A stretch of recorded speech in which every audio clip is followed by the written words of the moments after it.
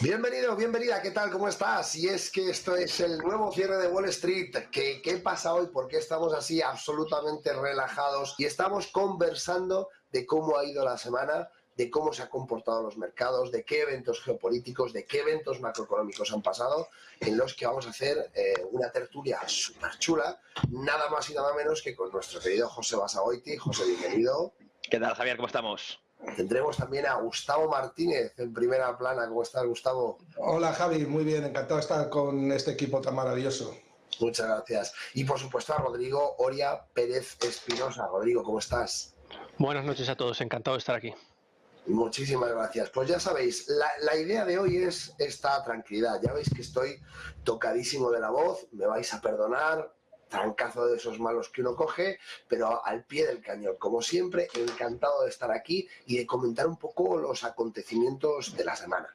¿Qué os parece si hablamos un poco, pues lógicamente, de la flexibilización de la política monetaria del Banco Central Europeo, que ya acaba de bajar ese cuartillo de punto, y lo comparamos con las políticas actuales de la Reserva Federal de Estados Unidos y el Banco de Inglaterra? ¿Qué os parece que hay de distinto? ¿Cuáles os parece que es la hoja de ruta distinto? Arrancamos, por ejemplo, contigo, Gustavo, si te parece. Bueno, a ver, por hacer un poco una cronología, lo que el mercado había descontado es que el Banco Central Europeo iba a rebajar los tipos ayer 25 puntos básicos, como así fue, ¿no? El mercado ya había dado, el Banco Central Europeo ya había dado pistas de que así lo iba a hacer y efectivamente así lo hizo, ¿no? La cuestión es si esto es una buena medida o no es una buena medida, ¿no? Pues ya se ha filtrado que en la reunión del Banco Central Europeo, el Holzmann, el austriaco, pues decía que estaba en contra de esta rebaja de tipos. Y no solamente él, había otros más que estaban en contra de esta primera rebaja de tipos de interés, que desde el punto de vista económico-financiero no tiene ningún sentido. No tiene ningún sentido porque la inflación en Europa, lejos de estar amainando, lo que ha hecho es repuntar, ¿no? Con los últimos datos, ¿no? Entonces, el Banco Central Europeo lo que ha hecho es tomar una medida política, no ha tomado una medida económica. Y desde el enfoque económico tenemos que criticarlo los economistas, ¿no? Para mí la medida es una cagada, en toda regla, ¿no? Y puede provocar, puede penalizar mucho al euro al futuro y veremos cómo va a encajar Europa un repunte inflacionario, porque entonces sería un desastre para un desastre para ese management, ¿no? Que está gestionando un banco central europeo que parece que no tiene ni idea, ¿no? La cuestión es, si ahora hay un repunte inflacionario, o ese repunte inflacionario del cual ya hemos empezado a vivir, sigue creciendo, y eso puede pasar porque la inflación es muy sticky y muy pegajosa y está dando señales de ello, aunque en Estados Unidos los indicadores macroeconómicos se hayan relajado un poco. El Banco Central Europeo debería de largarse, o sea, todo el management del Banco Central Europeo debería decir, señores, dimitimos, porque lo que estamos haciendo es empobrecer aún más a la gente. El único mandato que tiene el Banco Central Europeo es conseguir un objetivo de inflación, no tiene más, no tiene ni perseguir un pleno empleo, ni tiene otros como tienen otros bancos centrales, solamente inflación, pero es que es incapaz, es completamente incapaz. Y en los próximos años vamos a ir viendo cómo esto se va sucediendo, ¿no? Para mí la medida es una medida que está completamente fuera de lugar desde el punto de vista económico, y es una medida política que es para lo que se crean los bancos centrales europeos, para financiar a los estados, no en última instancia. Por lo tanto, lo que ha demostrado el Banco Central Europeo es que es una herramienta al servicio de las políticas de los estados, ¿no? Bueno, en principio, como vemos, justamente la opinión de Gustavo tiene mucho sentido. Me gustaría hacerte solamente un apunte, Gustavo, para que nos expliques esa inflación y ese designio del Banco Central Europeo en cuanto a la estabilidad de precios, que es su único mandato al fin y al cabo. ¿Cómo te parece que puede afectar peor? Porque dices que la medida es totalmente política y que lógicamente no tiene ningún sentido bajar un cuarto de punta tal y como estamos, y que lo están haciendo porque lo habían prometido y por tanto están obligados a hacerlo. Pero ese repunte de la inflación, ¿te parece que podría venir por la segunda ronda vía el incremento de salarios del 4 y pico que hemos tenido durante este año, o vía consumo? ¿Qué te parece? No, yo creo que la inflación va a venir por lo que tiene que venir al final, porque la divisa se va depreciando con más aceleración de lo que la economía es capaz de producir, ¿no? Y esa es la realidad. Es decir, al final la moneda fiat es un bien de intercambio generalmente aceptado, pero no es una reserva de valor. Y no interesa que sea una reserva de valor porque los estados necesitan financiar su enorme deuda con más deuda. ¿Y cómo hacen eso? Pues con moneda fiat. Y cuanto más depreciada está la moneda fiat, menos peso tiene esa deuda, menos onerosa se vuelve esa deuda y, por tanto, más beneficia al deudor, que es el principal. El Estado es el principal deudor de todo esto. Por tanto, lo que yo creo que va a seguir pasando es que va a seguir viendo inflación, porque la oferta monetaria va a seguir aumentando como consecuencia de que las políticas económicas están predestinadas a aumentar la oferta monetaria, en última instancia para empobrecer a los tenedores de moneda fiat, que son los ahorradores, ¿no? Así que, señores, el Banco Central se ha creado para empobrecer a la gente, no se ha creado para enriquecer a la gente, porque si realmente estás persiguiendo una estabilidad de precios, lo que tienes que hacer ante un repunte inflacionario, después de un proceso de inflación tan fuerte como el que hemos vivido, es como mínimo ser prudente. Y eso exige mantener los tipos de interés tal y como te están viniendo los indicadores macroeconómicos, que son clarísimos. Y tú lo que estás haciendo es bajar los tipos de interés. ¿Por qué? Porque estás recibiendo muchas presiones de los estados, que es un socialismo exagerado, que te están diciendo, tío, hay que bajar los tipos de interés. Y eso es lo que no tienes que hacer. Y el Banco Central Europeo lo está haciendo. Pues eso repunta directamente en la deuda de los países y de las economías. Perdonad, estamos viendo justamente cómo acaba de salir el dato de deuda de Estados Unidos, y ha pasado de 34,004 trillones a 34,587 trillones. En ese punto nos encontramos. José, ¿qué te parece cómo está el patio? Sí, bueno, la deuda tiene que tener una pendiente positiva, ¿no? Porque al fin y al cabo es dinero, y a medida que aumenta la economía, pues tendrá que haber más deuda, ¿no? Lo importante sobre todo es el ratio. Yo siempre lo mido por ratio sobre PIB, y es verdad que en Europa ahora mismo tenemos muchos países que superan el 100%, entonces pues sigue quedando mucha deuda que licuar en términos reales, y parece claro que el Banco Central Europeo, pues como decía Gustavo, está un poco al servicio de los estados que necesitan, insisto, de esa inflación para ir reduciendo esos ratios, ¿no? Básicamente el Banco Central Europeo está pensando antes en los estados que en los ciudadanos, porque no olvidemos que la inflación es acumulativa. Y a pesar de que esté en unos entornos pues, que no son muy graves, ¿no? Porque un 3% sobre un 2%, pues la gente puede pensar que, bueno, pues un punto más que un punto menos, ¿qué más da? Pero claro, si tú lo extiendes en el tiempo, la degradación acumulativa de la divisa es muy fuerte, y quien esté ahorrando en pasivos bancarios o en cash, pues se está poniendo de una manera muy grave. Y cuanto más tiempo pase, más lo hará, ¿no? Entonces, realmente el BCE tiene un único mandato, que es controlar la inflación, así que está incumpliendo realmente ese mandato, y queda claro que fuera de estatutos pues vela por otros intereses, ¿no? Sobre todo políticos. Y eso es verdad, que bueno, podemos entender que ya lo había dicho con el guidance. De hecho, pues Fabio Panetta, Philip Lane, Isabel Schnabel ya habían comentado semanas atrás que iban a recortar tipos, ¿no? Entonces, a pesar de que hemos visto ese repunte en la inflación subyacente, estaban esclavizados a esa decisión. Yo por eso siempre he defendido que los forward guidance de los bancos centrales son una herramienta de doble filo. A mí nunca me ha convencido esa herramienta. Intentan controlar mercados, pero es que al fin y al cabo te estás esclavizando a lo que dices a futuro, ¿no? Sin saber lo que va a suceder en el futuro, ¿no? Y creo que es lo que le ha pasado al Banco Central Europeo. Se había comprometido a recortar tipos, y quizás si no hubiese hecho ese guidance no se hubiesen recortado. Pero bueno, ya lo habían dicho, y por no devastar el mercado, pues lo han tenido que ejecutar. Como decía, apuntaba bien Gustavo, pues hay varios halcones, que sobre todo el de Austria, que se ha negado, y otros que le han dicho, bueno, vamos a apoyarte en este recorte, pero no en próximas reuniones, ¿no? Entonces parece que no va a ser una bajada lineal de tipos, como si fue la subida. Y cuidado, hay gente que se piensa que por recortar tipos de interés la economía va a volar. No nos confundamos, ¿no? No tiene que ver. Europa ha estado estancado durante una década con los tipos a cero o incluso en negativo. Es decir, no hay una correlación clara entre tipos bajos y auge económico, o tipos altos y bueno, pues y dureza económica, ¿no? Para nada. No hay más, por ejemplo, que ver a Japón, ¿no? Entonces, el hecho de que recorten los tipos, no penséis que vamos a ver un crecimiento muy fuerte, o si lo vemos, no va a estar correlacionado, ¿no?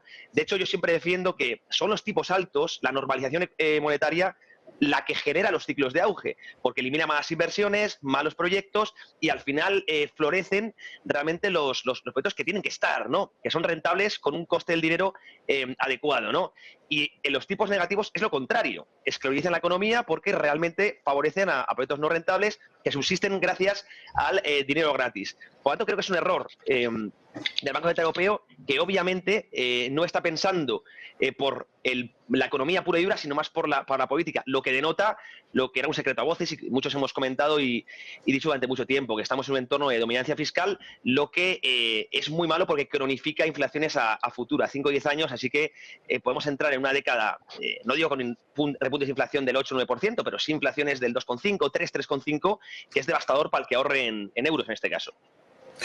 Rodrigo, ¿cuál es tu punto de vista teniendo en cuenta que hoy hemos visto balanza comercial de Alemania cayendo de 22,6 billones que estaban previstos a 22,1, tipo hipotecario de Bank of England en 7,92, de 7,93, y el PIB de la zona euro en 0,4 anual y 0,3 el trimestral? Vale. ¿Cómo ves? Mira, acabo de subir 4 diapositivas al programa. ¿Podemos verlas? Pues me temo que ahí está. Sí, vale. Mira, aquí estábamos viendo la primera, que es la deuda privada alemana. Pues en el 2020, con la pandemia, ¿no? Sube y se empieza a desapalancar el sector privado alemán. Entonces, luego vamos a ver la deuda pública, la deuda privada española desde el 2007, desde la gran burbuja inmobiliaria española. El sector español se ha desapalancado desde casi el 270% hasta el 160%, y no para de desapalancarse. Es decir, desde que llegamos de la pandemia, el sector privado español había repuntado con esa mejora de la economía. Pues el sector privado se había decidido a endeudarse y los bancos habían decidido extender el crédito, y pues alcanzamos casi el 220, cuando en esa época de 2018 que la economía española sí que estaba yendo bien.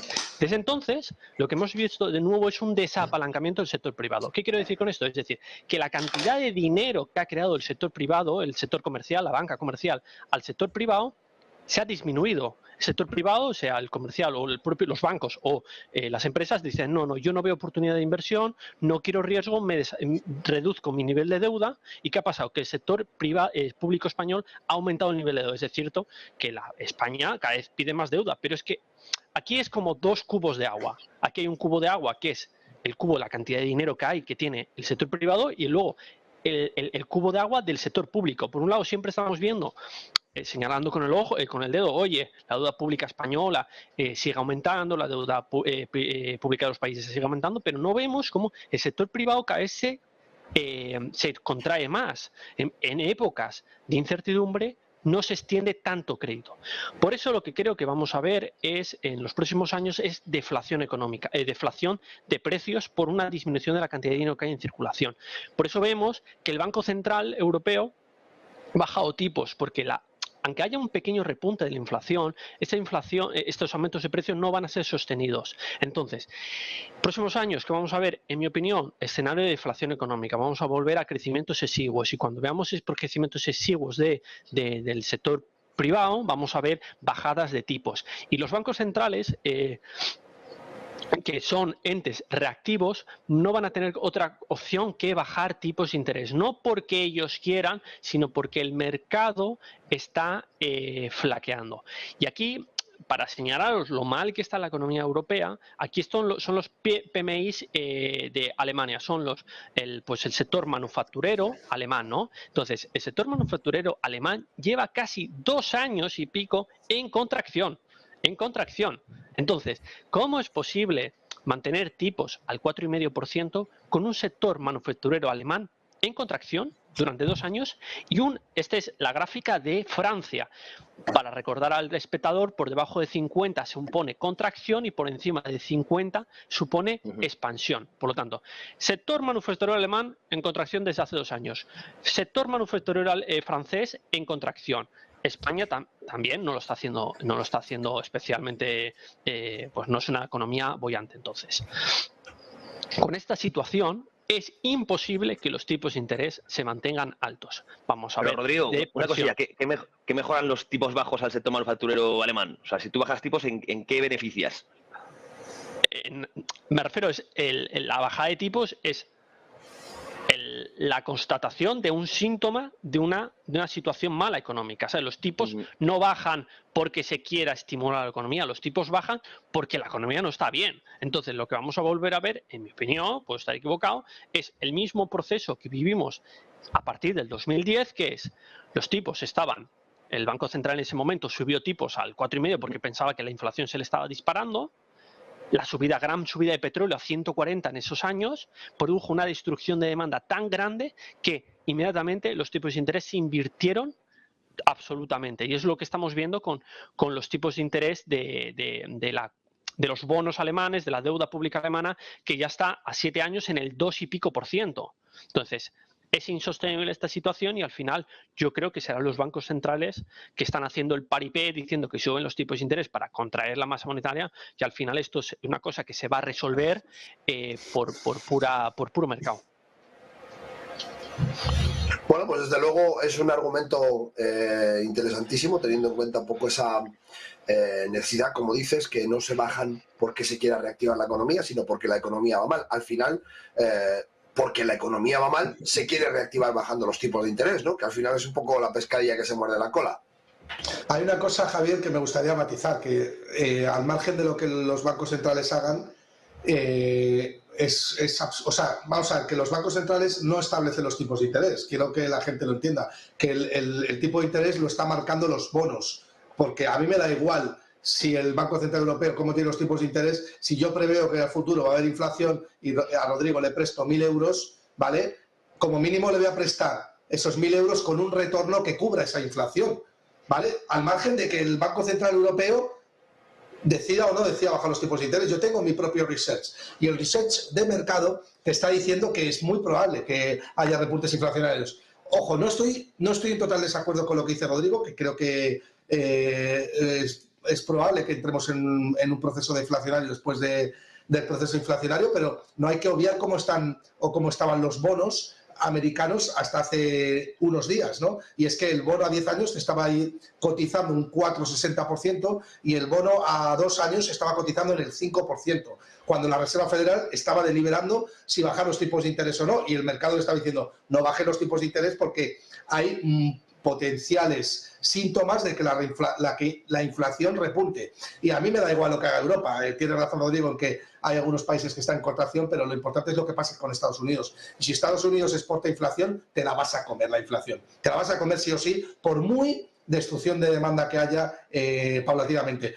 Pero yo sí que comparto el escenario de Rodrigo más a largo plazo. Creo que al final, a largo plazo, vamos a entrar en una deflación de caballo en la cual los tipos de interés se hundirán y las divisas mundiales se hundirán todas contra el dólar, que por supuesto resistirá. Va a haber una dolarización de la economía, todo lo contrario de lo que dice la gente, que hay una desdolarización, ¿no? Déjame matizar, Javier, una cosilla antes, porque dice Gustavo y Rodrigo que esto es una cosa con la que yo no estoy de acuerdo, que es que los bancos centrales no manejan los tipos de interés, no manejan el tipo de interés, pero sí el rango, ¿no? Entre la facilidad de depósito y la facilidad de crédito, de ahí no puede saltar, por mucho que el mercado, por mucho que se equivoque, no estén haciéndolo mal, de ahí no puede saltar. La parte baja la curva y la parte larga, evidentemente, con las políticas no convencionales también no hay más factores, evidentemente, pero sí que impactan, ¿no?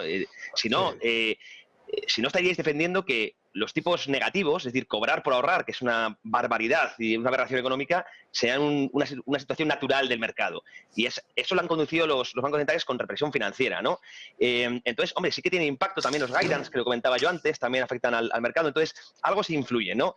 Y dicho esto, también poder valorar que estamos ante un entorno de amenaza fiscal. Es decir, la historia es verdad que nos viene a decir que Europa va a seguir estancado, y estoy totalmente de acuerdo, esa gran depresión de la que no salimos, y que ese ciclo de endeudamiento que, según Rodrigo, nunca va a llegar, ¿no? Que no prevé que llegue. Puede ser, es una opción viable, pero hay un factor ahora que es el caramelo que han probado los estados, que es que saben generar inflación. Ahora mismo los estados pueden ellos generar inflación y son hay un conflicto de interés claro, porque son los principales beneficiados de generar inflación. ¿Cómo? A través de déficit público y un vehículo de transmisión directo, que es el estímulo fiscal vía cheques. ¿Creéis que va a parar de hacer eso? Por mucho que la economía privada se desapalanque, lo pueden compensar con este vehículo de transmisión directa, que es el déficit público y el helicóptero financiero que ha hecho Estados Unidos. Este caramelo ya saben que funciona, lo hemos visto en este ciclo, y no creo que paren, porque recordar que tenemos ratios de deuda por encima del 100%, que son insostenibles y lo pueden tratar de bajar vía inflación o vía política fiscal restrictiva. ¿Por qué creéis que van a optar? Pues desde mi punto de vista será por la primera. Por contestar, Adelante, Gustavo. Por contestar a José, que decía que no estaba de acuerdo. Vamos a ver, los bancos centrales son un jugador importante de la economía. En la teoría de juegos, que es el gran mercado, los bancos centrales juegan un papel importante porque tienen mucho poder, pero no pueden tener control sobre la parte de la curva a partir de una serie, a un espacio temporal determinado, porque entonces me estarías diciendo que pueden planificar la economía y los bancos centrales no tienen ninguna capacidad para planificar la economía, porque somos miles de millones los que estamos interactuando y calculando riesgos, ¿no? Ahora bien, que efectivamente el Banco Central, como monopolista de la moneda fiat, que es en teoría, porque no crea el dinero, pero bueno, en teoría puede tener un mínimo impacto en el control de la curva. Pero el research, el verdadero research, lo hace el mercado, que somos millones de personas las que estamos intentando prever si va a haber o no inflación. ¿Qué va a hacer el Banco Central? Pues plegarse al research de mercado. Porque ¿qué van a saber 15 o 16 tíos? Más que 5.000 millones que se están jugando en su dinero todos los días y dentro de ellos encima la renta fija, que es la más conservadora, donde además están grandes analistas y que tienen muchísima información. Pues yo creo que el Banco Central al final sabe que en el muy cortito plazo puede acojonar un poco al mercado, pero a un mes ya sabe que tiene la partida perdida. Y luego has dicho, José, una cosa que me pareció interesante, ¿no? Que por qué hay un tipo de interés real negativo si el banco, que el mercado no pondría un tipo de interés real negativo. Pues yo creo que eso no es real, ¿no? Porque si tú quieres almacenar un montón de dinero en Alemania, por ejemplo, pues Alemania al final va a decir, oye, yo no quiero tu dinero, y si me das tu dinero te voy a cobrar por él porque yo soy una granucha que ya no puedo almacenar más ese refugio, ¿no? Entonces te voy a tener que penalizar vía precio, vía tipo de interés negativo, ¿no? Bueno, pues chicos, teniendo todo esto en cuenta, me gustaría ir un poco más al escenario global, y es que acabamos de tener elecciones en todo el mundo. México, India, la economía está bulliendo un poco hacia esas nuevas economías emergentes, si queréis, que desde luego llamar economía emergente a India ya hay que tener valor, porque si bien ha sido un país un poco puente al inicio de este bloqueo de Europa con respecto a Rusia, se ha convertido en una economía no solamente pujante, sino muy, muy fuerte dentro de los BRICS, y acaba de terminar elecciones. ¿Qué opinión nos merece tanto el nuevo partido que acaba de salir en India como ese partido que acaba de vencer también en México? ¿Cómo veis los emergentes? A ver, México, si apuesta por medidas socialistas, pues irá mal. Si empieza a regular la economía, a subir los impuestos, a hacer todo eso, pues México inevitablemente pues entrará en una contracción económica, porque ha sido así en todos los países del mundo, más allá de ideología. Si la India apuesta por abrir la economía, porque realmente la India es un país pobre, porque ha sido un país tremendamente estatista desde que se independizó, ha sufrido ese nivel de pobreza, que era imposible montar empresas. Es un sitio con una burocracia casi muy enorme, es enorme, y entonces el país no ha tirado. En el momento, por ejemplo, que China creó las zonas especiales económicas en Shenzhen, después de Mao Zedong, pues el país explotó en economía. Pues cuando dejó a los chinos comerciar, producir, fabricar sin la intromisión del Estado, pues la renta per cápita de Shenzhen pasó de ser una aldea de pescadores de $1 de casi al día, pues a ser la zona económica más grande del mundo, con 35.000 o 40.000 dólares per cápita. Es decir, es la mayor milagro económico que se ha producido en la historia. Entonces, siempre que se apueste por la libertad y por la desregulación estatal, esto no quiere decir que no haya regulación privada, sino que no haya regulación estatal. La regulación estatal es los palos a la economía. Entonces, siempre que se haga eso, irán mal las cosas. Si se apuesta por la libertad, irán bien las cosas. Ahora, fijaos un pequeño detalle que a mí me llama mucho la atención. Todos sabemos que México es un país de auténticos contrastes, donde tanto la pobreza como la riqueza campan hasta sus mayores extremos, donde las desigualdades son verdaderamente brutales y la inequidad es el pan nuestro de cada día. Sin embargo, tenemos que tener en cuenta que México tiene un 50% de deuda sobre el PIB, que ya lo quisiéramos nosotros y cualquier economía desarrollada. ¿Os parece que eso puede ser un punto de partida interesante como para poder competir con todos esos feminicidios, toda esa inestabilidad, inequidad, etc., etc.? ¿O por el contrario va a seguir la política de AMLO más tirando hacia ese socialismo un poco complejo? Yo no soy optimista, Javier. Bueno, todo lo que ha dicho Rodrigo es como si lo hubiera dicho yo. 100%. O sea, le estaba escuchando y me estaba escuchando a mí, ¿no? O sea, lo ha resumido Rodrigo perfectamente. Si hay libertad, habrá crecimiento, como pasó en China.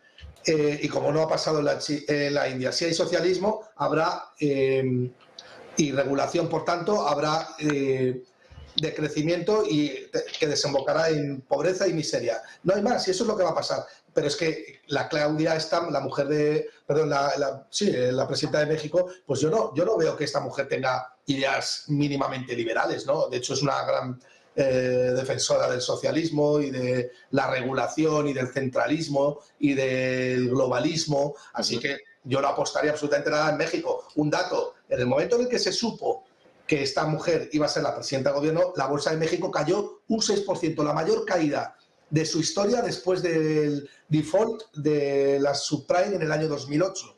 En un solo día, ¿eh? La mayor caída en un solo día. Los mercados son muy miedosos. Ya sabéis que cuando ganó Milei, la bolsa se disparó por todo lo contrario, porque el mercado sabe perfectamente lo que genera riqueza. O sea, es decir, que suba el mercado es sinónimo de que yo pongo el dinero aquí porque sé que me va a dar una rentabilidad, porque hay unas empresas detrás que van a crecer. Si lo quito es porque sé que van a decrecer. ¿Por qué? Como consecuencia de que se van a aplicar medidas en favor del crecimiento, es decir, de la generación de riqueza, o medidas en favor del decrecimiento o de la generación de la pobreza, ¿no? Y el mercado es muy inteligente en ese sentido, y yo creo que reacciona inteligentemente. Por tanto, yo no soy nada optimista, ni con México, ni con Estados Unidos, ni con el mundo en general en los próximos años. Solamente soy optimista con Argentina, en el muy estricto corto plazo, porque a medio plazo también tengo mis dudas de que a Milei no se vuelva socialista o estatista, o le acaba pasando algo peor, ¿no? Yo quería decir una cosa muy breve, José. Adelante. Sí, todo tuyo. Cuando dices, México tiene muy poca deuda, Rusia tiene muy poca deuda, entonces a veces vemos la baja deuda como algo bueno y la alta deuda como algo malo, ¿no? Que puede ser. Pero al final, cuando una persona tiene capital, tiene activos, tiene empresas, tiene unas instituciones, pues el mercado está dispuesto a darle más deuda. Y a los países que no tienen instituciones, no tienen mercados financieros, no tienen capital acumulado, no estás dispuesto a darle ni un 5%. Por eso, los países más pobres del mundo tienen un nivel de deuda muy bajo. ¿Por qué? Porque nadie se lo quiere prestar. Incluso Venezuela, ahora no me acuerdo de los niveles de Venezuela o de Argentina, pues seguramente tengan niveles de deuda bajos en comparación con Europa y con tipos de intereses muy elevados, porque no es el nivel de deuda, es tu solvencia en el largo plazo, porque si tú eres capaz de generar riqueza a largo plazo, la gente te va a dar deuda y tú con esa deuda puedes hacerlo, bueno, pues puedes hacer lo que quieras. Entonces, a veces baja deuda y alta deuda no quiere decir nada, quiere decir que simplemente pues el mercado otorga pues más confianza a esa economía. Aquí hay un punto importante y es, por ejemplo, si tú vas a pedir una hipoteca a un banco, si eres un funcionario y tienes mucha deuda, aún así el banco es capaz de dejarte endeudarte hasta el 50% de tus ingresos. Sin embargo, si no tienes deuda y eres un autónomo o alguien que no justifica muchos ingresos, el banco no te deja endeudarte ni un 15% de tus ingresos, ¿no? Es un poco el ejemplo que ha puesto Rodrigo a nivel de países. Sí, y no es de que sean pobres o ricos, sino de la divisa, ¿no? Si es demandado o no. Por ejemplo, vemos como el Riksbank de Suecia o estos países que son muy ricos y tal, pero tienen deudas también muy bajas y es porque no hay demanda de su divisa, ¿no? Entonces, comparar ratio deuda de Estados Unidos con ratio deuda de Suecia es como comparar peras con manzanas, realmente no tiene que ver, como bien habéis apuntado, ¿no? Y luego de India un pequeño matiz, y es que lo está haciendo muy bien desde mi punto de vista Modi, que por cierto bajó mucho la bolsa cuando salió, pero no por la elección, sino porque no ganó con mayoría absoluta y por tanto va a tener que luchar mucho en las medidas. Pero está jugando ahora a dos bandas, que es interesante porque no ha participado en, oye, apoyo la parte de Rusia, China o la de Occidente, ¿no? Ha estado como jugando a dos bandas, se ha convertido como un intermediario en el comercio entre unos y otros para saltarse las sanciones y está haciendo a nivel económico proyectos de muy largo plazo. Por lo tanto, creo que es una idea interesante la que tiene India dentro de los enormes problemas que tiene ese país, evidentemente, pero esa estrategia de no posicionarse, de tratar de sacar provecho de unos y de otros, creo que le está funcionando y a mí, sinceramente, me extrañó bastante que la oposición, que parecía que estaba pues denostada, pues se acercase bastante más a Modi de lo que eran las expectativas. Bueno, por eso cayó la bolsa, básicamente, un 5 o 6%, si me equivoco, y vamos a ver si puede sacar adelante pues todas estas proyectos de largo plazo, no aquí en Occidente, que tiene en mente. Así que iremos viendo. Pues exactamente te digo, el Nifty cayó un 8,79 y ya está exactamente en la misma posición. Y el Sensex cayó en concreto un 8,39 y ya está por encima de donde estaba ahora mismo en máximos históricos, en esos 76.794. Por tanto, como muy bien dices, esa falta de consenso en los resultados electorales le costaron un susto, pero bueno, al final es continuidad y a la bolsa nos gusta la continuidad y nos gusta que la cosa tenga estabilidad para poder saber qué va a pasar con nuestro dinerito. No os mováis porque nos vamos a ir 2 minutitos a publicidad y estamos aquí enseguida. No os mováis, quietos ahí todo el mundo. Ya está aquí. Ya está disponible nuestro curso definitivo de trading. No importa si eres un principiante o un experto en inversiones, este curso está diseñado para guiarte en cada paso del camino. Aprenderás sobre educación en independencia financiera, estructura del precio Fibonacci, ondas Elliott, lectura Wyckoff y mucho más. Pero lo más importante es que Álvaro y José Basagoiti te enseñarán a aplicar el exclusivo sistema de Trading Pro. No esperes más para comenzar tu aprendizaje. Visita tradingpro.app ahora y elige la opción que mejor se adapte a tus necesidades. ¿Y sabes qué es lo mejor? Si ya eres parte de la familia Trading Pro o has seguido nuestro programa en directo, te espera un descuento especial. Contáctanos hoy mismo para obtener el tuyo y aprovechar esta increíble oportunidad. La educación financiera cambia vidas.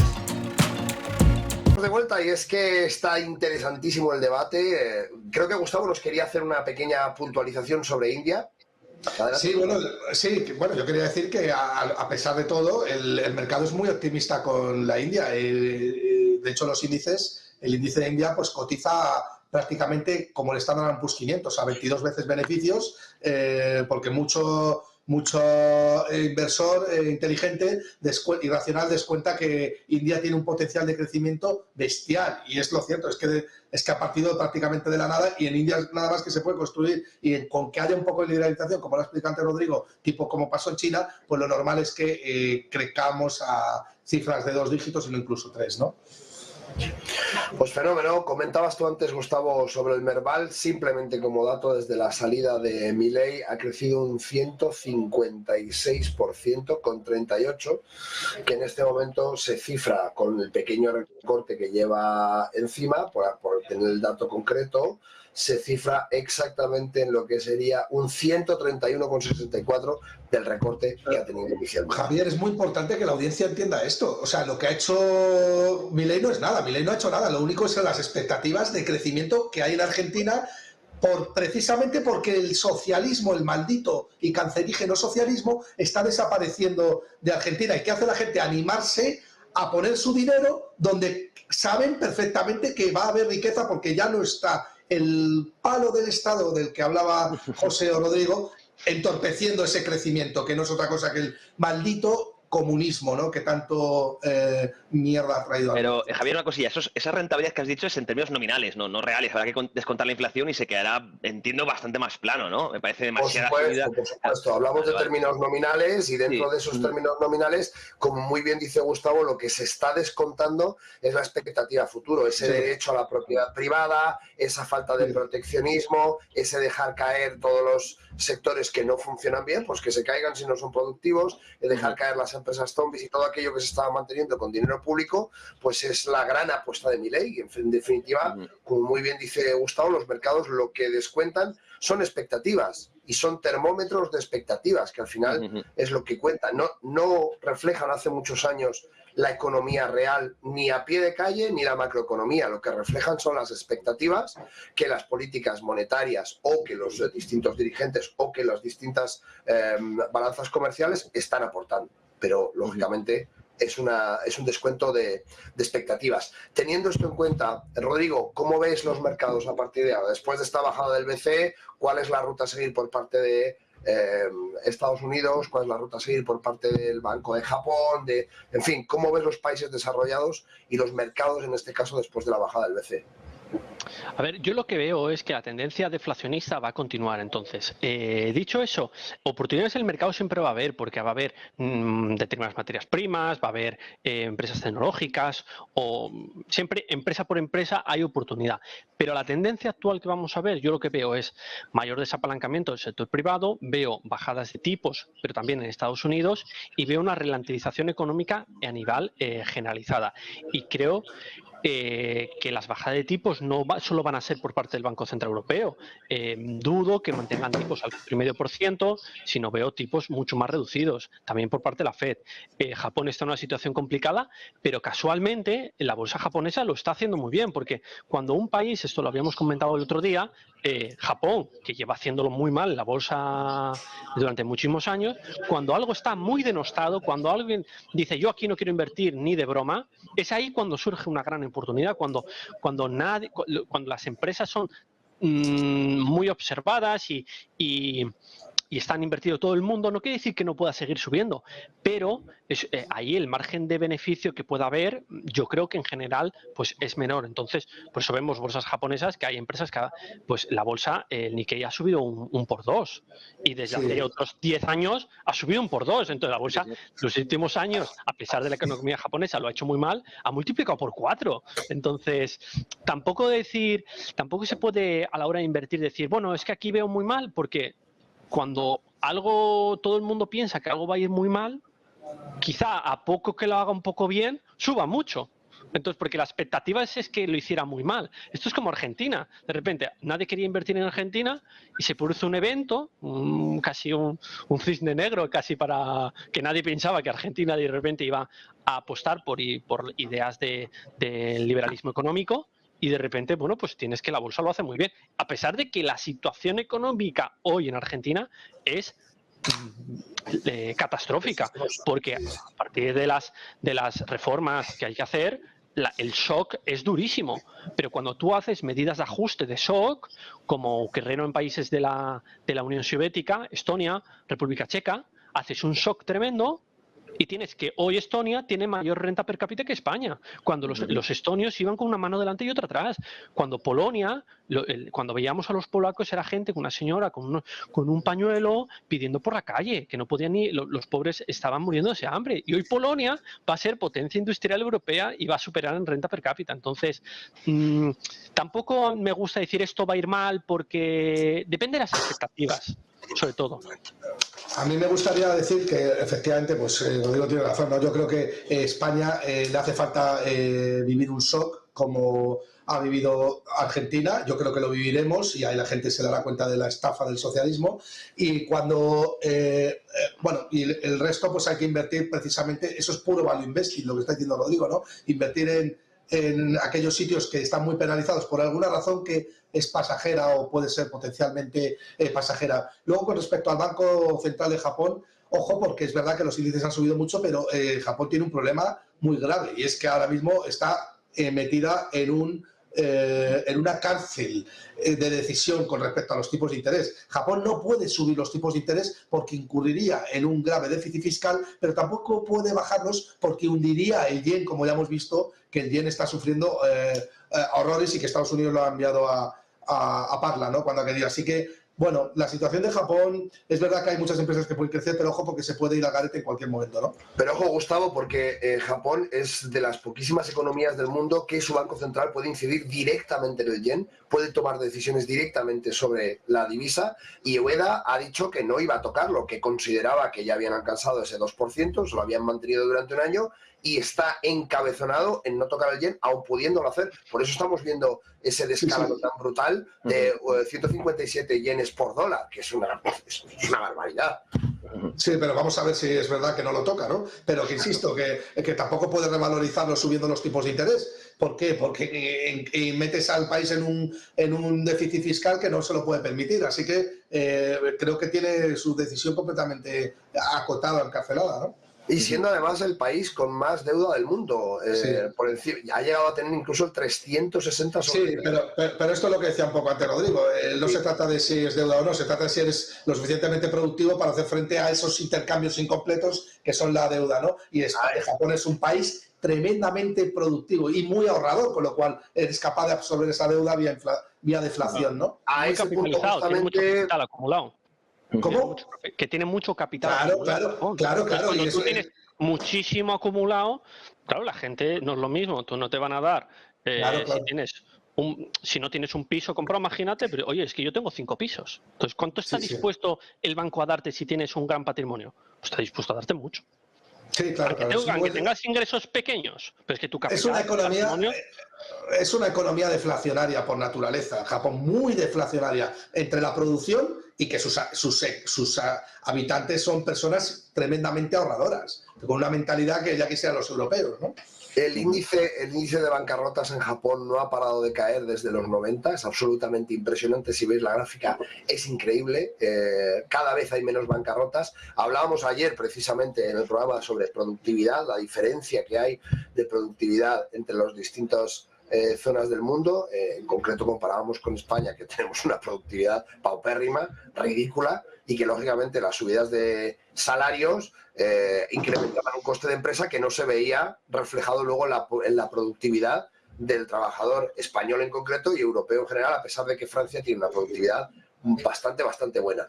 No obstante, el verdadero problema de la economía de Japón a día de hoy es el envejecimiento de la población. Es decir, ahora mismo, como muy bien habéis marcado, son una sociedad extremadamente fiable, extremadamente productiva, extremadamente trabajadora y con unos ratios de bancarrota ridículos, pero se están quedando sin jóvenes.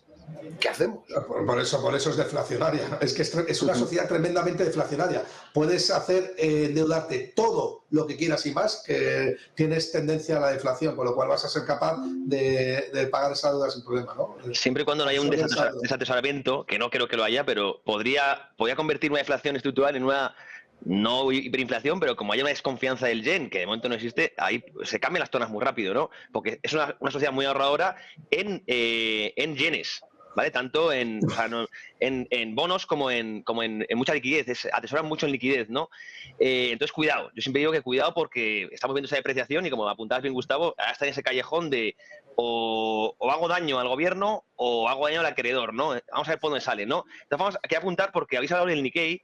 Esto es un poco engañoso. Yo siempre, y es algo que lo tengo que decir de forma contundente, todo índice hay que verlo siempre con dividendos, el total return, ¿no? Y ajustado a la inflación en términos reales, ¿no? Entonces, el Nikkei realmente rompió máximos históricos hace mucho tiempo. Lo que pasa es que si miramos el índice falaz, que esto además lo hacen los gestores para comparar siempre sus rendimientos con el price return, que es un poco mentiroso, pues evidentemente estamos ahora rompiendo esos máximos, pero es muy engañoso, ¿no? Siempre, yo digo lo mismo, en términos reales, por ejemplo, lo que comentábamos antes de Argentina, descontando la inflación y siempre incluyendo dividendos. Esa es la verdadera rentabilidad que da un índice, ¿no? Y ya para acabar, hablábamos antes de oportunidades de mercado, ¿no? Decía Rodrigo lo de que esperaba un recorte de tipos.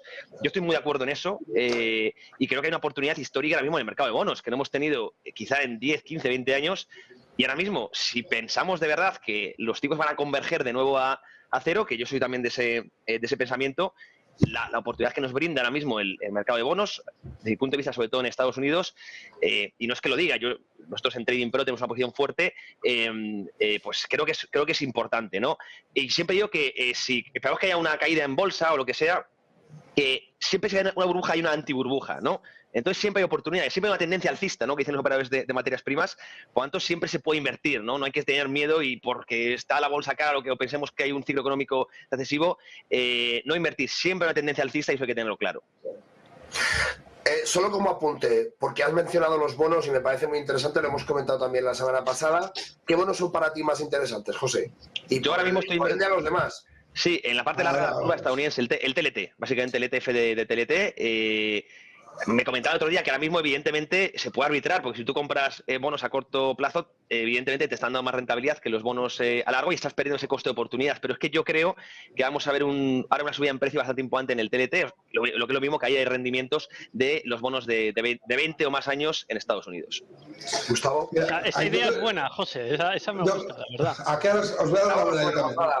Yo creo que es muy buena, es muy pertinente porque hay mucho inversor en renta fija que está un poco perdido con esto. Mira, si quieres fijar el tipo de interés, te vas a largo plazo, te vas a un 10, un 20 años y ya tienes fijo prácticamente que puedes cubrir la inflación a futuro más o menos, ¿no? Con un 4,5% que está pagando el 10 años, que no está nada mal. Pero si lo que quieres es aprovecharte de la incapacidad que tienen los bancos centrales de ir contra el mercado en el corto plazo, lo normal es que te posiciones en la parte corta de la curva y compres bonos a 1 o 2 años. ¿Por qué? Porque aunque la duración es más sensible a la disminución de tipos de interés, la tasa libre de riesgo en el corto plazo está mucho más elevada que en el largo plazo, que está muy ajustada. Es decir, a largo plazo los tipos de interés están descontando muy eficientemente el proceso de inflación que vamos a vivir. Sin embargo, en el corto plazo yo creo que han exagerado mucho por la desinversión de la curva y por tanto te puedes beneficiar de esa convexidad que puede provocar esas subidas de precios como consecuencia de una bajada repentina fuerte de tipos de interés. Por tanto, si quieres hacer caja y no quieres fijar el tipo de interés a largo plazo y quieres tomar un poco más de riesgo, yo iría a bonos a corto y luego, si quieres, digamos, cubrir un capital contra inflación, es el momento claro para fijar a largo plazo ese capital que quieres cubrir contra inflación, ¿no? Sobre todo si los llevas a vencimiento, ¿no, Gustavo? Si no vas luego al mercado secundario a intentar deshacer la posición antes de tiempo, sino que los dejas a vencimientos cuando mejor puedes sacar partido a esos bonos de corto plazo. Claro, es que si vas a vencimiento, toda la estrategia se te va, sobre todo a largo plazo, si vas a fijar el tipo de interés. Ahí ya no puedes, olvídate del mercado secundario, o sea, es que tienes que ir a la TIR que te marca en el mismo momento. Y en el corto plazo, ya lo que tienes que fijarte es comprar bonos esperando a que los tipos de interés caigan abruptamente y que el precio se dispare y ya lo puedes deshacer si quieres en el secundario. Por eso os digo que son distintas estrategias. Una es aprovechar la potencial bajada de tipos de interés en el corto plazo que puede hacer que la convexidad lleve sus precios a máximos y luego a fijar el tipo de interés a largo plazo para cubrir contra inflación, ¿no? Interesantísimo toda la parte económica, pero yo no quiero dejar de centrarme en la parte geopolítica. Chicos, tenemos un movimiento absolutamente brutal. Hemos visto unas declaraciones por parte de Putin en ese foro económico que hemos visto anteayer y que realmente no dejaban a títere con cabeza. Nos hemos enterado además de que flotas rusas parten a China, parten a Cuba. Y que se van a posicionar 2 submarinos en Cuba con capacidad nuclear. ¿Qué os parece esto? O sea, yo estoy ya en un nivel de tensión que me parece alucinante. O sea, empezando porque Putin dijo directamente que Alemania no era un país soberano desde la Segunda Guerra Mundial y que era un simple títere de Estados Unidos. Se despachó a gusto todo lo que quiso. ¿Qué opináis del comportamiento de Putin y sobre todo de la escalada de tensión geopolítica que estamos viviendo? A ver, yo brevemente. Yo lo que voy a decir no quiere decir que es lo que yo quiero ideológicamente o mis valores comparten. Una cosa es la realidad y otra cosa es lo que nosotros pues sentimos o nuestros valores, ¿no? Entonces, que yo diga que vaya a ganar Rusia la guerra no quiere decir que yo quiero que gane la guerra. Yo públicamente no apoyo a nadie, ¿vale? Entonces, lo que quiero decir con esto es, cuando tú, como Estados Unidos, lo que haces es ir incluyendo países en la OTAN y vas poniendo baterías de misiles enfrente de la frontera Rusia, tú lo que estás es, y Rusia dice, yo me podría unir a la OTAN, porque lo preguntó Putin, le dijeron no. Entonces, claro, cuando Rusia pregunta, ¿puedo unirme a la OTAN? Le dicen no. Y entonces van incluyendo países poniendo baterías de misiles. Esas baterías de misiles defensivas, entre comillas, también pueden ser para atacar. Entonces, el objetivo aquí de Estados Unidos realmente nunca quiso la paz. Lo que quiso es forzar a Rusia, porque si a Estados Unidos le ponen misiles en México, te dice, oye, yo hago una unión militar entre México y Rusia. Y porque yo soy un país soberano y puedo poner misiles si quisiera. Cuando pasó con Cuba, cuando pusieron los misiles con la crisis de los misiles, ¿no? Kennedy dijo, declaramos la guerra y lanzamos misiles nucleares si lo hacéis. Y retiramos misiles. Entonces, Estados Unidos es el imperio que quiere dominar a todo el mundo y hace lo que quiere y tira la piedra y esconde la mano. Te pongo misiles y encima luego te acuso a ti. Entonces, claro, pones a una situación a Rusia en la que si llegan a decir, oye, declaramos a Ucrania neutral, nunca vas a meterte ni en la OTAN, que cuando 27 países se dedican a mandar armas a Ucrania, en vez de desescalar la situación, porque podían haber desescalado la situación los países occidentales, no, ellos han decidido aumentar la apuesta. Entonces, cuando Rusia realmente realmente Rusia no quería una guerra a largo plazo porque le destroza, aunque la economía ahora vaya bien, económicamente les está haciendo daño. Entonces, claro, cuando 27 países se dedican a mandar armas, mandar Leopard, a mandar toda la chatarra que tienen, a endeudar Ucrania, a destrozar el país, a que mueran 800.000 ucranianos y todo esto, pues la verdad es sorprendente que alguien compre la retórica de los países occidentales cuando son tremendamente probélicos y ya está, el pequeño Napoleón Macron. Bueno, yo creo que ha quedado clara la postura, José. Bueno, mira, 4 barcos, lo contarás antes, de guerra rusos, incluido un submarino nuclear, van a llegar a La Habana, Cuba, la semana que viene, ¿no? Es la noticia del día. Básicamente Rusia ya lo está mostrando a Estados Unidos que sabe jugar a ese mismo juego, ¿no? que están haciendo los yanquis en Taiwán. Hombre, es peligroso ver cómo escala esto, ¿no? Ahí, si queréis hablar de algún posible cisne negro, evidentemente sería que esto pues fuese a más, ¿no? Por ejemplo, un ataque de China a Taiwán. Ahí me extraña muchísimo que se suceda, sobre todo entendiendo que los chinos piensan a muy largo plazo, ¿no? Y sería pues más calentada que otra cosa. Me extraña mucho, pero obviamente no conocemos el futuro y puede suceder, ¿no? O que Estados Unidos realmente pues incendie más a Rusia, aunque dependerá mucho del próximo presidente de los Estados Unidos. Si llega Trump, quizás se enfríe un poco todo, ojalá, toquemos madera, porque evidentemente el hecho de que se enciende las posibles guerras y conflictos no es positivo para nadie. Yo, sinceramente, creo que si va a haber una tercera guerra mundial, creo que será con Estados Unidos y China. Rusia pinta poco ya. Y China está muy lejos de poder enfrentarse a Estados Unidos, porque primero tiene que tener a garantizarse el poder económico, al menos ser un buen PER económico, y cuando Estados Unidos ha querido, a la primera que ha querido, ha hundido el yuan hasta mínimos del año 2006. Y ¿por qué te crees que China está comprando oro? Si los chinos están comprando oro para poder reforzar su balance. ¿Por qué? Porque sus reservas denominadas en dólares las hunden cuando quieren los americanos, ¿no? Y toda la deuda que tienen denominada en dólares la hunden. Y además Estados Unidos tienen la capacidad para hundir el yuan cuando le da absolutamente la gana. Mientras que eso no haya un equilibrio de fuerzas económicas, está muy lejos la tercera guerra mundial. Hay pues cosas como estas, ¿no? Pues los rusos intentando hacer ver que son fuertes en el mundo, que no son nada fuertes, y los chinos pues todavía pues llorando por las esquinas porque su yuan no vale una mierda con respecto al dólar, y va a seguir siendo así. Es que es lo que hablan del proceso de desdolarización en los últimos años, ¿no? Eso de la desdolarización, ¿no? Pues sí, desde luego, complicado donde los haya el tema de la desdolarización, y sobre todo, bueno, pues yo seguiría hablando un poco de esa evolución económica que estamos viendo claramente por las bravuconerías de Europa, donde vemos cómo ahora resulta que se nos ocurre decir que vamos a mandar a esos soldados, a esos instructores, a educar o a enseñar o a entrenar a tropas en Ucrania. Claro, yo creo que aquí, no sé si es que no se han dado cuenta, que me parece muy difícil, pero yo creo que Macron y el resto del bloque un poco más beligerante por parte de la Unión Europea no se da cuenta de que si usted manda tropas allí y son tropas de la OTAN, se convierte en un objetivo. Si ese objetivo es eliminado por parte de Rusia en suelo de guerra, pues lógicamente el artículo 5 tendría que entrar. Entonces no sé muy bien cuál es la perspectiva que tenéis vosotros a este respecto, pero a mí me parece absolutamente brutal. Es una locura y además está demostrando que la industria europea y americana de armamento no tiene la capacidad para realizar una guerra de desgaste, es decir, de producción industrial. No tienen producción de lo que es el calibre 155 de artillería. No tienen producción, porque Europa y Estados Unidos se especializan en una guerra de alta intensidad como la de Irak. Llegamos, desembarcamos y acabamos la guerra en un mes y tomamos el país. Misiles, flota, tal. Pero cuando tú estás librando una guerra sin aviación, sin barcos, sin todo esto, y puramente terrestre con munición, no hay producción.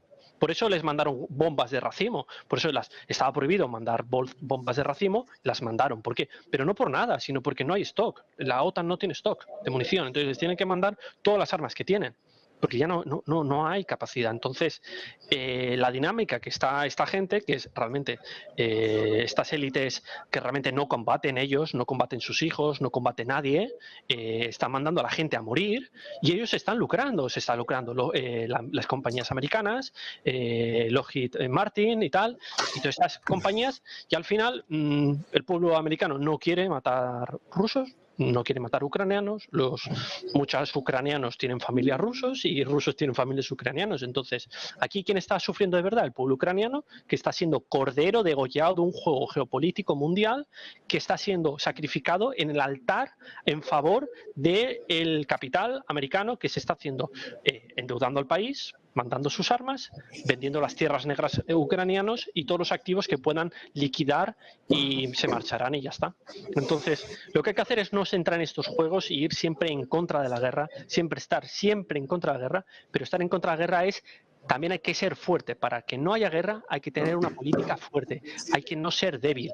Cuando tú eres débil, la gente nota que eres débil, la gente te ataca.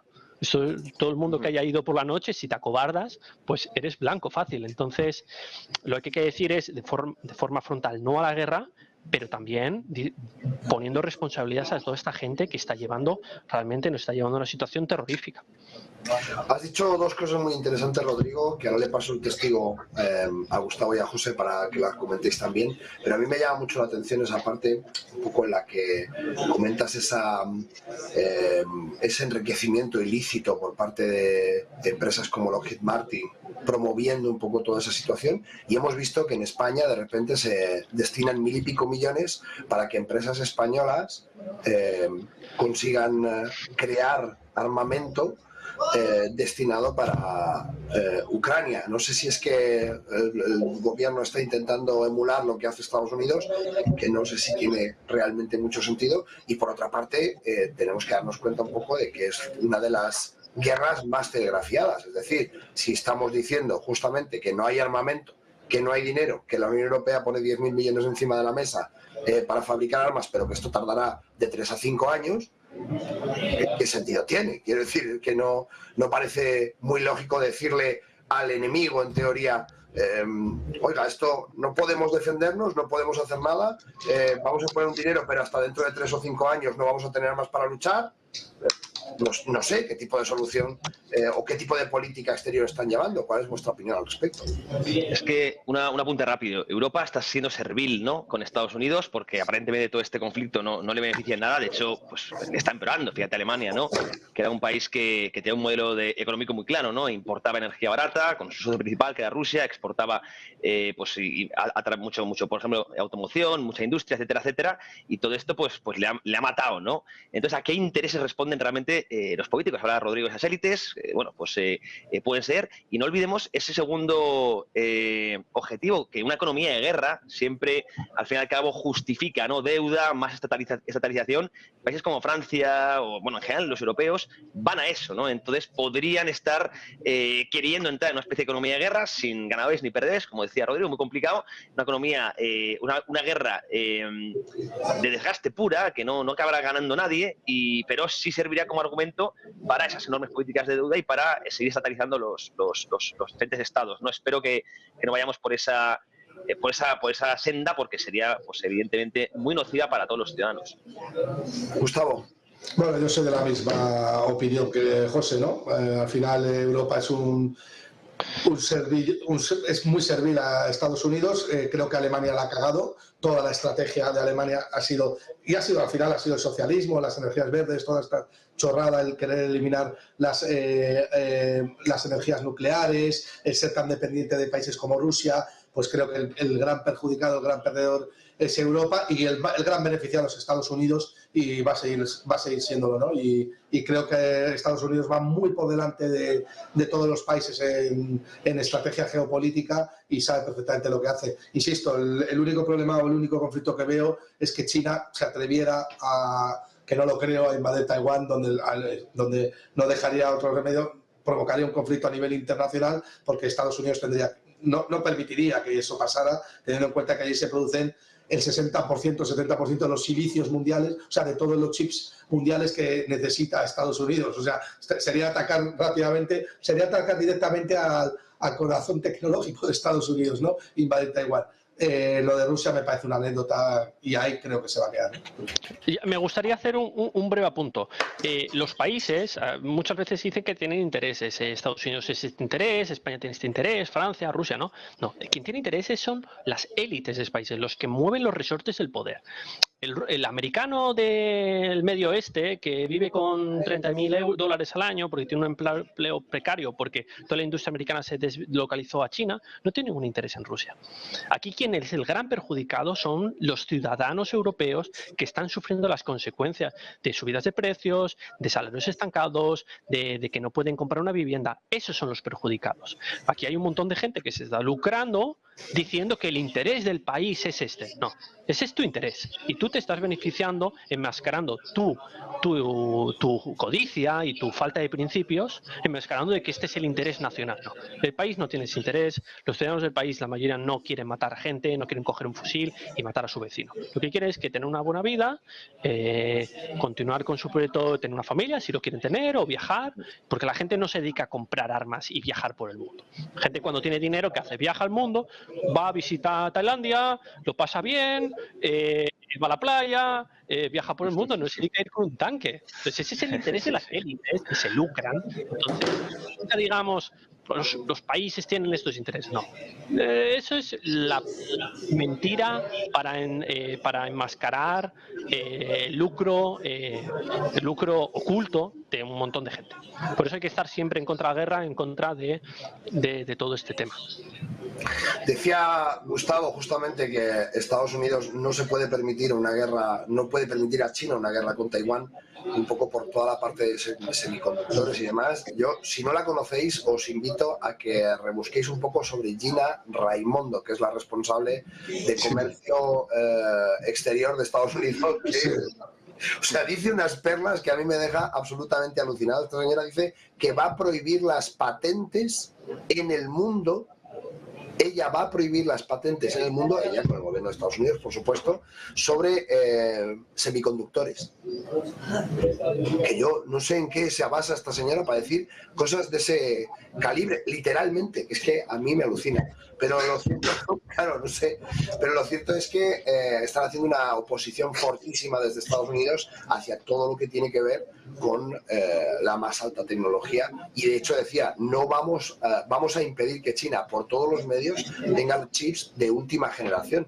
De hecho, como sabéis, están en esos 0,7 nanómetros que están pegándose para que no baje a 0,5 ni a 0,3, que actualmente sí tiene Estados Unidos, y de momento lo habían conseguido, se habían quedado en los 12 nanómetros y ya bajaron a 7 con esas impresiones que tenían la máquina holográfica de ASM.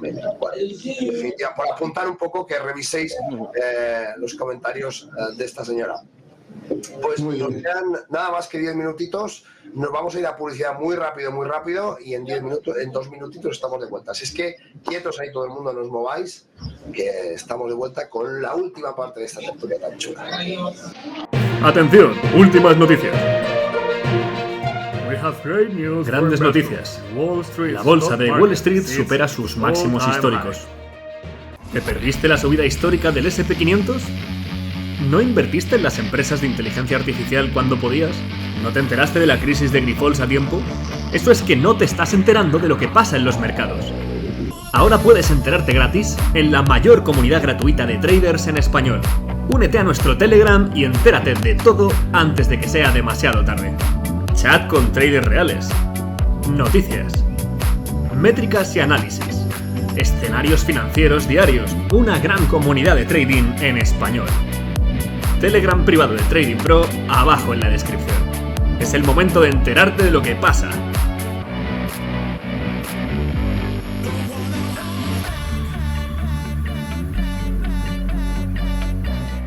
Gustavo, de hecho, nos decía, perdona que te corte, Rodrigo, Gustavo, de hecho, nos decía que la economía, desde su punto de vista, se iba a dolarizar, no a desdolarizar. y que en definitiva, bueno, pues eso apoya un poco lo que estás comentando. Ahí estamos de acuerdo los cuatro, yo creo, ¿no? Los cuatro. Sí. Lo cierto es que ese razonamiento que hace Rodrigo, que es muy interesante, sobre el por qué la correlación, en vez de tornarse negativa, que es el comportamiento normal del dólar, del dólar con respecto al oro, se está tornando positiva o se mantiene cada vez más alta. En definitiva, ¿cuál creéis que va a ser el comportamiento no solamente del oro, sino de la segunda reserva valor más clara que marca pues prácticamente como ese mercado alternativo dentro del Bitcoin y ahora con el ETF de Ethereum? Yo creo que el dólar se va a acabar revalorizando, lo que es el DXY, que es la bolsa de divisas que reflejan el valor del dólar, se va a revalorizar, y si está en ahora 105, pues yo creo que veremos de nuevo el dólar en 120 o 125 y reflejará grandes problemas dentro del mercado mundial. Entonces, no es incompatible un dólar mucho más fuerte, con un dólar mucho más fuerte, con un Bitcoin mucho más fuerte y con bonos subiendo. Sí, yo soy de la misma opinión de Rodrigo. Yo creo que esto es un tren de mercancías en el cual el oro se revaloriza, se va a revalorizar contra el dólar a su vez se va a revalorizar contra el resto de divisas mundiales. Cuando digo oro también me refiero a Bitcoin. Oro y Bitcoin se revalorizan contra el dólar y dólar se revaloriza contra el resto de divisas mundiales, que a su vez se revalorizan se deprecian contra el resto de bienes y servicios, ¿no? Y eso es inflación estructural. El mundo al revés, ¿no? Al final nos toca vivir en este periodo, cuando justamente vemos todo lo que está correlacionado negativamente en este periodo, lo vemos correlacionado positivamente, porque en definitiva subyace esa incertidumbre, ¿no? Que es lo que yo creo que tenemos todos en mente, esa falta de certidumbre sobre la economía y sobre el comportamiento que están teniendo los distintos mercados y sobre la parte macro. Por eso es tan peligroso las correlaciones. Decir, bueno, los últimos 25 años esto se ha correlacionado así, porque quizá esa correlación sea momentánea. Esto es como el cambio climático y la desaparición de los piratas. Empezaron a desaparecer los piratas y aumentó el cambio climático, ¿no? Hay una gráfica en plan de broma. Entonces, no se puede decir dólar, oro, bonos, tal, porque al final a veces las correlaciones se invierten porque las circunstancias cambian, sí, y producen que la maquinaria se mueva de otra manera.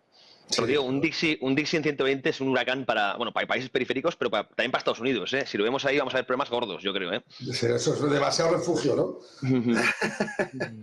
Pero es una tercera guerra mundial. ¿No? A mí también me parece que un Dixie en 120 sería una locura. Sí. Para el resto del mundo, desde luego. Pero puede pasar. Y para Estados Unidos también. No, pero en un proceso de dolarización tiene sentido que se vaya a 120 al final. No, desde luego, como si hay una desdolarización, podría suceder, desde luego. Sí. En cualquier caso, las previsiones un poco que tenemos todos en mente son un poco contrarias a esa. Y yo terminaría estos últimos 4 minutitos con el mercado del crudo. ¿Cómo lo veis, chicos? Ya que hablamos de materias primas y demás, y tenemos ese Brent que se ha movido tantísimo, que ha caído tantísimo estos días, hasta ver que llegaba en concreto a 76, nos llegaba el Brent el día 4. Sí, por la que una sorpresa, ¿verdad? La reunión de la OPEP, donde no se extienden los recortes de producción. Yo a mí me extrañó mucho porque pensaba que los iban a extender hasta el año 2025.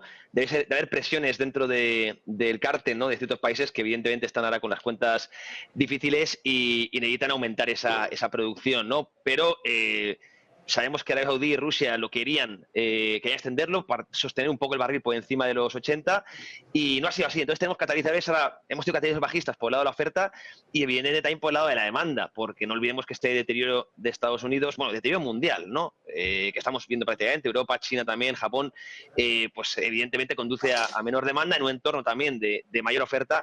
Pues esto es lo que ha machacado al petróleo esta semana. Dentro, desde mi punto de vista, una coyuntura bajista para el petróleo dentro de un gran superciclo de commodities que yo sigo defendiendo.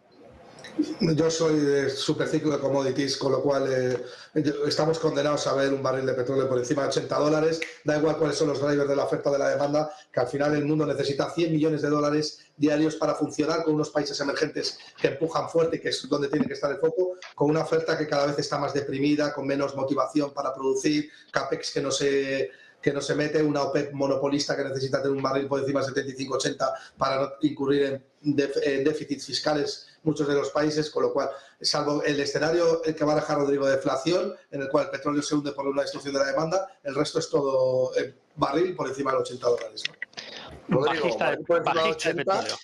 Bajista de petróleo, reitero mi posición. Esto lo discutí yo con Gustavo, ¿no? Dijimos, cuando estaba en 70, cuando estaba en 80, yo le dije, yo creo que va a bajar.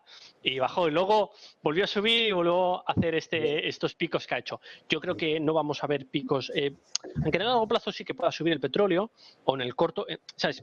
Periodos cortos, pero en los próximos años, en 2000, bueno, este final último de 2024, 2025, sí que veo un petróleo pues en la franja de entre 50 y $70. Es un mercado, no creo que baje mucho más allá de ahí, pero tampoco creo que se sostenga en 90, $95, porque un petróleo a $95 no es que sea inflacionario, es deflacionario, porque destruye mucha demanda. Y al destruir demanda, pues lleva a la economía. Podría ser como, si vemos de repente ahora un petróleo a 100 que suba, a 95, 90, 100, podría ser lo mismo, yo creo que se produciría un mismo evento que en el 2009 cuando el petróleo subió hasta 140. Subió a 140 de repente y de repente se desplomó. Bueno. Pues muy interesante, desde luego factible en cualquier caso, pero no sé si os habéis enterado de que esta semana ha salido la noticia de que Corea del Sur había encontrado un yacimiento de miles de millones de barriles, y esto mete un chute al mercado de los hidrocarburos absolutamente brutal en la parte de oferta, que no contábamos con él, porque sabemos los jugadores que tenemos en el mercado de los hidrocarburos es un mercado muy cerrado, muy claro, muy evidente, extremadamente manipulado, y que todos sabemos un poco quién manipula qué, y varían pocas cosas, pero de repente meter un nuevo player como entró Estados Unidos con el fracking, que no estaba previsto, y luego se convirtió en uno de los primeros productores del mundo, pues ahora resulta que nos encontramos a Corea del Sur con ese yacimiento de miles de millones de barriles de crudo. Esto desestabiliza un poco el cuento, ¿no? ¿Cómo lo veis? Sí. No, y en la Antártida también había por ahí que estaban jugando, se estaban luchando, ¿no? Rusia, Argentina y no sé qué historia, ¿no? Sí, aparecerán, como siempre ha sido, nuevos yacimientos, y eso que se decía, ¿no? Hay 2000 si me acaba el petróleo, luego en 2050, luego vamos a ir aumentando R que R, porque irán descubriendo evidentemente... Cada vez sale más. Cada vez sale más, sí. Esto es como el cambio climático. En 2018 se iba a acabar el planeta en 2021, ¿no? Creo que recordar que en los próximos 4 años dijeron que el país iba a ser inhabitable. Pues ahora dirán que es el 2027, el 2030. Eso es. Bueno, una dosis de pragmatismo. Canarias tenía petróleo, parece ser, ¿no?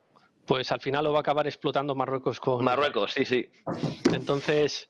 Tierras raras era lo que se habían... Eso es. España está... de tierras raras allí en mares canarios.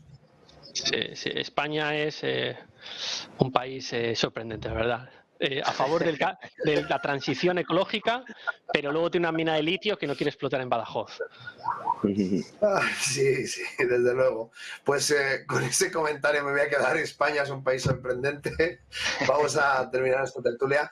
Muchísimas gracias, es todo un placer haber contado con vosotros. José Basagoiti, Gustavo Martínez, Rodrigo Oria Pérez Espinosa, ha sido un placer como siempre. Y nosotros seguimos comentando los mejores momentos de la semana, como hacemos habitualmente los viernes. Vamos a traeros algunas de las entrevistas más interesantes que hemos tenido esta semana. Hacemos esta recapitulación que nos encanta hacer los viernes, tomárnoslo con más calmita, ya veis, una charla tranquila, distendida entre amigos, que os traemos un poco reflexiones para que vosotros, como traders, como inversores, apuntéis en vuestro cuaderno de trading, que tengáis claro que podemos ver qué es lo que ha pasado esta semana y qué repercusión podría tener en la semana que viene. Dicho lo cual, yo me despido y os dejo con los mejores momentos de esta semana. Muchas gracias a todos y un abrazo.